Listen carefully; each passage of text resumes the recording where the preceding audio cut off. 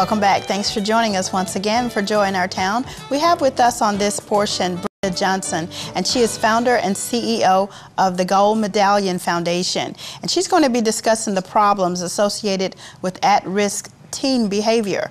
The foundation makes available information to teens concerning internet pornography, how to protect themselves from sexual predators, and harmful electronic schemes. So, Ms. Johnson, thank you so Good morning, much and for thank you so here. very much for having me on your show this morning. We are so delighted to have you. I know that you are doing an awesome work in our community with our young people. And I want you to tell us about the Gold Medallion Foundation.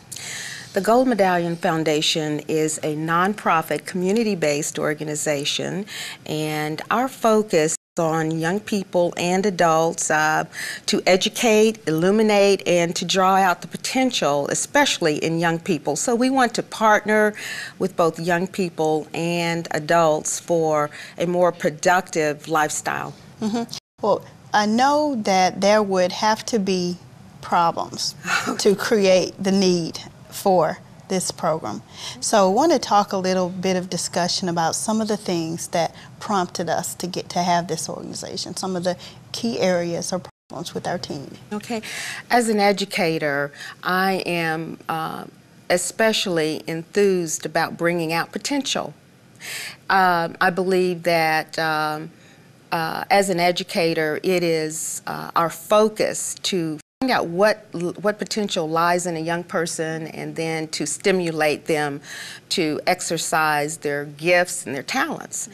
And I would say about 20 years ago, I began working with young people in pageants and public speaking events, and as well as in community organization. Teen pregnancy centers would call me in to help young people with their self-esteem. And then I started to work more and more as a trainer, even working in corporate environments, and my attention kept being drawn to young people because they are the potential of our society. There's so much excitement and so much zeal with young people, and so as an educator, I've noticed lately that our young people are being drawn away with exploitation and the conversations that they have in the classroom. Instead of it being focused on their education, many times it's what they've seen on the internet and what they've observed on television or in movies. And you also had mentioned fashion as another way that they're being drawn away. Exactly. A 4-8-year-old can buy fashions that at one time we thought appropriate for a 30-year-old woman. I know also you mentioned self-esteem, and we're talking about drawing out this potential and reasons why we're not fostering that potential. So self-esteem, tell us about your work in that area, because that seems to be a big one. With the breakdown of the family, we're finding that so many of our young people do not have the foundation that's required in order to be confident and in order to succeed in life, even in education. If there's no one to help with homework, they're kind of left to their own resources. And so our organization, we provide tutoring. There are times when we provide tutoring, enrichment programs for our young people, performing arts, that kind of thing. The Gold Medallion Foundation, and by the way, a person can view that site by looking at www.thegoldmedallionfoundation.org. And since 2001, we've been working in the areas of building self-esteem, providing education programs, and this year we're targeting abstinence because of the exploitation of young people. You're targeting abstinence. Abstinence, and I've oftentimes been asked, well, what does that mean?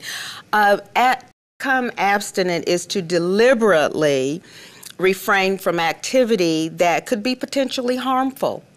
It could be alcohol, it could be overeating, and absolutely sexual activity. And you have, this is as part of the the curriculum with the school and the classes that This you have? year, since 2001, we've conducted the School of Esther, or the SOE Academy for Boys and Girls. And this program focuses on male-female relationships. We know many of our young people are from broken homes, and without proper attention from parents, young people are confused many times they're confused about their sexuality. Oftentimes young girls are exploited because they're looking for love, because they have not gotten it at home. And because of that, internet is right there for them.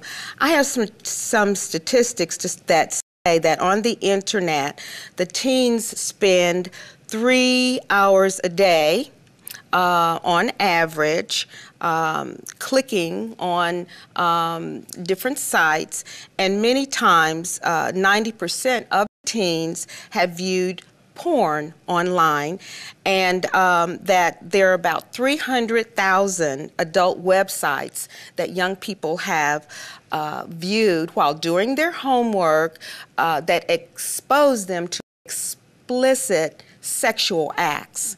So this is influencing our young people, and I am very concerned about it. Our organization is concerned about it. That's why we're focusing this year on abstinence and education and illumination when it comes to talking about these issues, because education is everything. It takes out the mystery of sexuality when we talk about it. We've had other guests to talk about the influence of the internet on teenagers and internet pornography and things of this nature. How are you able to dissuade them from the internet when it's right there? I mean, how can we stop them from looking? It's very important that we state the facts about appropriateness and what is good and what is not good, and that takes conversations. Oftentimes, we've been told that the reason this whole area is an epidemic in society is because parents sometimes shy away from conversations about sexuality. In our homes, in our churches, if we don't expose facts, the truth about behavior that's quite normal in its appropriate seasons of life, then young people, they will find out information, and they're very curious. So the internet is right there for them, and so naturally they're looking for information. But if we sit and have responsible conversations with them, they won't have to search and ask friends and their peers, and then they're misinformed. Mm-hmm. Tell us about the feedback that you receive in your work with teenagers. Okay, the feedback. The society is going towards funding condoms, med cards that young people can use without parental consent. So therefore, in the work that I do, when I'm seeking funding from government, sources or any other sources, it's very difficult to get that because our society is becoming more and more, I would say, open to giving permission, because the thought is teens are gonna have sex anyway. So my thought is, how about preventative measures? How about education and conversations, rather than saying, oh, well, they're going to do it anyway, so we may as well give them a condom, which to me is not safe sex, because we know